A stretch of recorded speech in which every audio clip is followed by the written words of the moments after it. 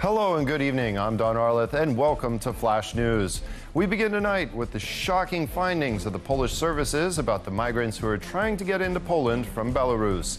The identity of those detained will be thoroughly vetted because it's already known that some of these people have a criminal past and links with terrorists.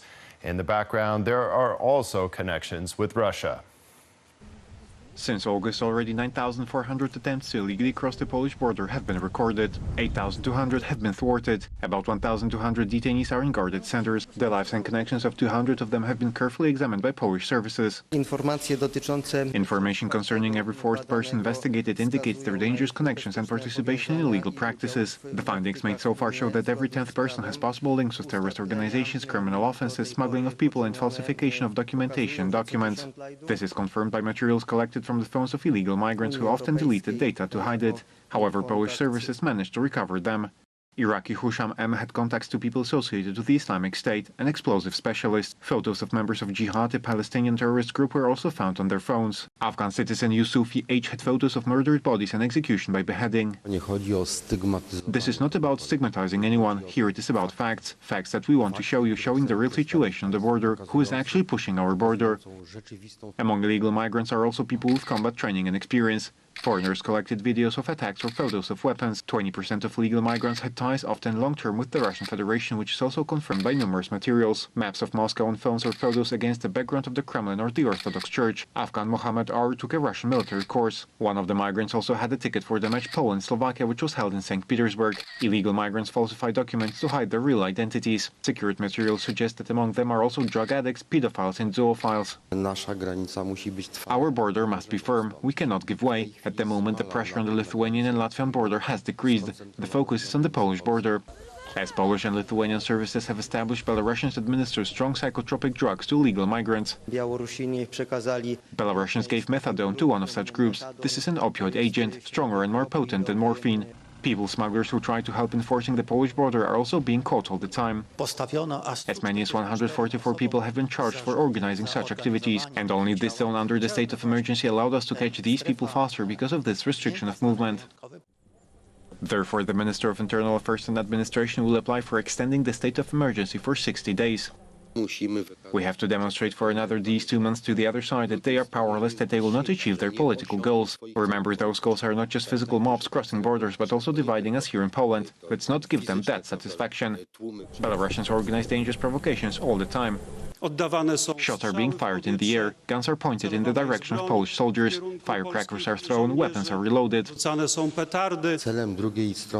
goal of the other side is probably that it will be from the Polish side that the first shot will be fired. That's the tension. Tomorrow, the issue of extending the state of emergency in the border areas will be discussed by the Council of Ministers. Now for the growing tensions surrounding Kosovo. There have been many provocations along the border with Serbia in recent days. Serbian soldiers are also getting closer and closer to these areas. Experts wonder if this is just a show of force or perhaps a reopening of old wounds. That could lead to a real conflict. It started with protest by Kosovo Serbs. They did not like the decision of the authorities in Pristina, who decided that cars entering Kosovo would have to remove Serbian license plates. Police were sent to the area to enforce the introduced regulations. For a week now, there have been violations of agreements that were made with KFOR peacekeepers. This includes police presence in the north of Kosovo and taking actions that cause unrest and threaten the stability of the entire region. Videos have surfaced online showing Serbian troops driving towards Kosovo and armored personal carriers and combat vehicles deployed 3 kilometers from the border. Serbia clearly wants to escalate tensions. Among other things, it directs helicopters and planes to the border area. You can also see the provocations for which it uses Serbian citizens of Kosovo.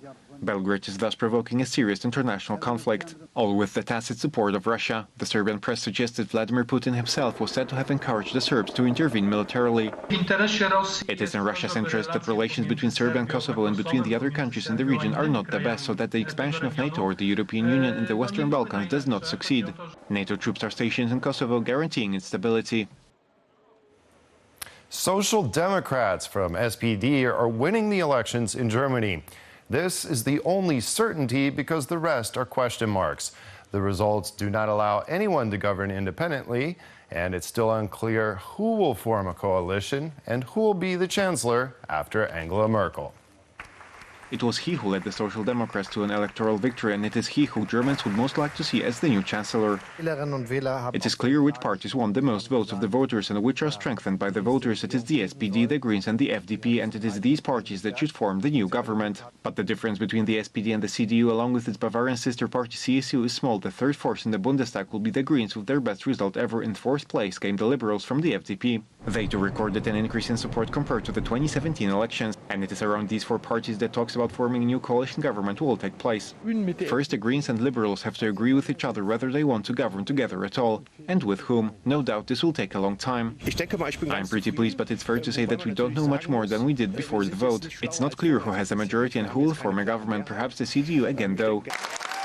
Although the CDU recorded its worst result ever, it still has a theoretical chance of staying in power. The SPD in coalition with the Greens and Liberals would have 416 seats and a majority, but the CDU in a coalition with the same groups would also have it, 406 seats. CDU leader Armin Laschet would then become chancellor. No party has obtained by its result a clear mandate to govern. We too, also not the SPD.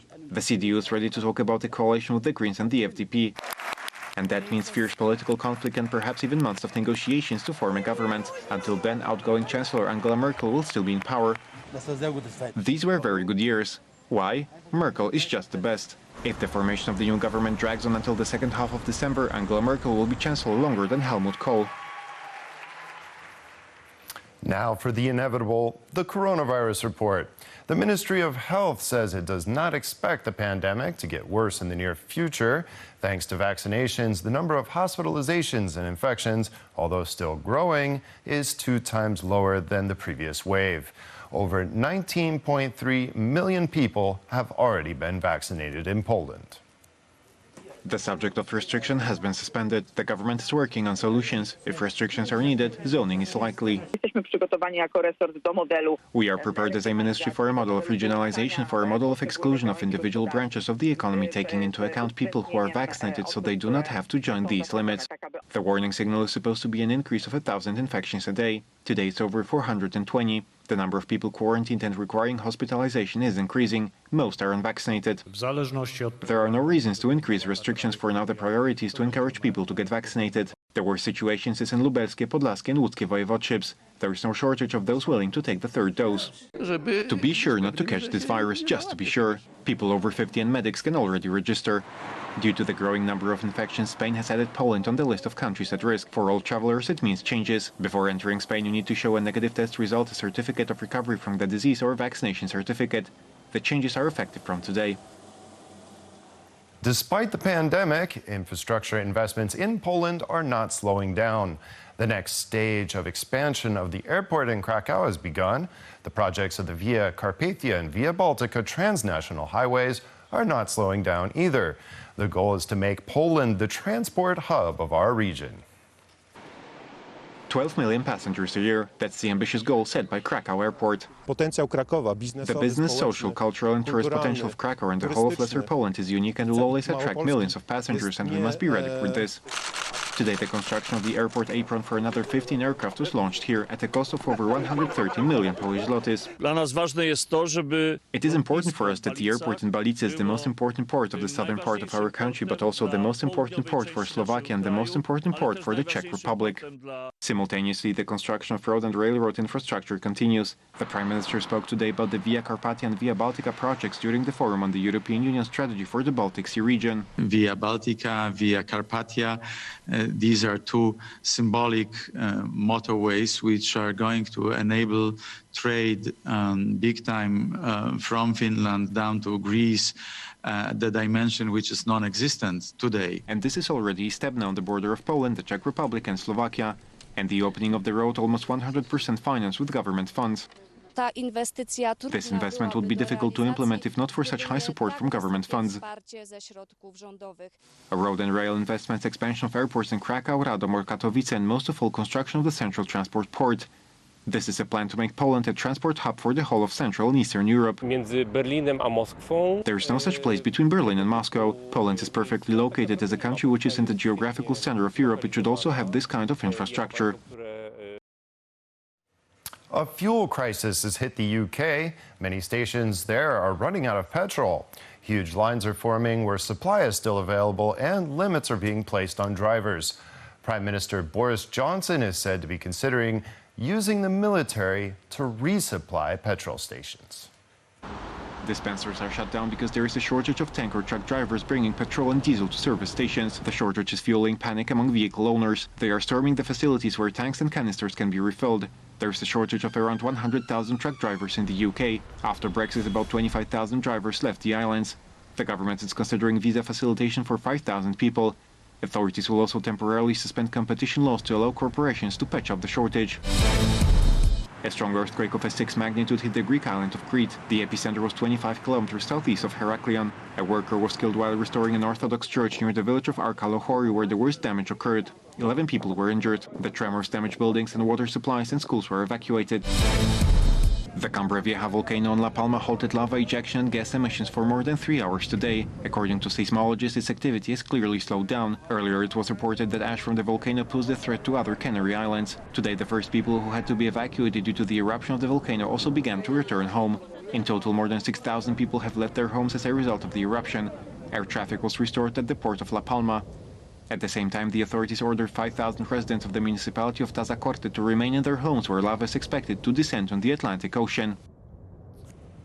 It was a phenomenon on a world scale. In no other country under occupation were state underground structures so effective.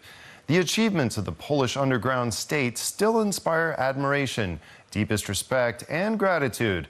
This is what President Duda said about the founders on the 82nd anniversary. The Institute of National Remembrance presented an exhibition dedicated to the Baczynski generation on this important day. The outdoor exhibition reminds that the generation of the Columbuses next to the poet Krzysztof Kamil Baczyński also included Karol Wojtyła and Ryszard Kaczorowski, the last president of the Second Polish Republic in exile, and also one of the founders of the Polish underground state, Michał Tokarzewski-Karaszewicz. The 27th of September is in our memory the beginning of the Polish underground state, a Poland fighting for its independence, but also a Poland educating in the face of two totalitarian systems. The Polish underground state, led by the Polish authorities in exile, was a worldwide phenomenon in war-torn Europe. It organized widespread social resistance and helped Poles survive the years of occupation. The Germans were very afraid of this country. They were afraid of the uprising. They knew very well about the tradition of Polish uprisings. The Polish underground state had its own armed forces from which the Home Army was formed, and the culmination of the Home Army's armed effort was the Warsaw Uprising. Representatives of state and local authorities paid tribute to the Warsaw insurgents murdered by the Germans in Mokotów. They showed the next generations that there is no more beautiful thing than freedom, that there is no more beautiful gift than independence, that it is in the name of this freedom to sacrifice oneself for the community. Flowers were laid in front of the obelisk commemorating Home Army soldiers from the Mokotów insurgents. In the place where German policemen and soldiers murdered about 140 defenseless insurgents who had been taken captive. The richness of the Mississippi River Delta provided prosperity for all who were able to take advantage of it. Oyster farmers, fishermen, and shrimpers built family businesses around these resources that is now increasingly difficult to make ends meet. Mitch Jurisic is an oyster catcher. His ancestors came here from Croatia in the early 19th century. These are photos showing oyster fishing at the time. There is not so much fishing today. Fishermen and seafood catchers blame rising water levels and oil spills from oil rigs in the Gulf of Mexico. They are not spared by hurricanes. They also fear the system that is supposed to protect New Orleans from flooding will threaten the surrounding wetlands. Connoisseurs of blowfish all over Japan have been waiting for this day. The first auction of the season for these fish, also known as fugu, was held in Shimonoseki in the east of the country. More than 2 tons of fish were put up for sale. They are priced in Japanese cuisine, although they should be prepared by experienced people. The intestines and roe of fugu contain a highly toxic tetrodotoxin, dangerous for humans. A breeder of snakes which are difficult to find in nature, Faisal Malaika from Saudi Arabia crosses different color varieties of reticulated pythons and fixes genetic mutations. In his collection he has over 100 uniquely colored pythons. Of course, he also trades these reptiles. Some color varieties cost as much as $20,000 a piece. The great sumo star Hakuho is about to retire. Hakuho is 36 years old and has won 45 tournaments. In 2007 he was awarded the title of Yokozuna or Grandmaster. This is the highest rank in professional sumo. Hakuho is Mongolian and has held Japanese citizenship for 3 years. The probable reason for the interruption of his career is the injuries he has sustained. And with that, Grandmaster, we conclude the program. Tune in again tomorrow for the latest news from Poland and around the world. Thanks for watching, everybody, and good night.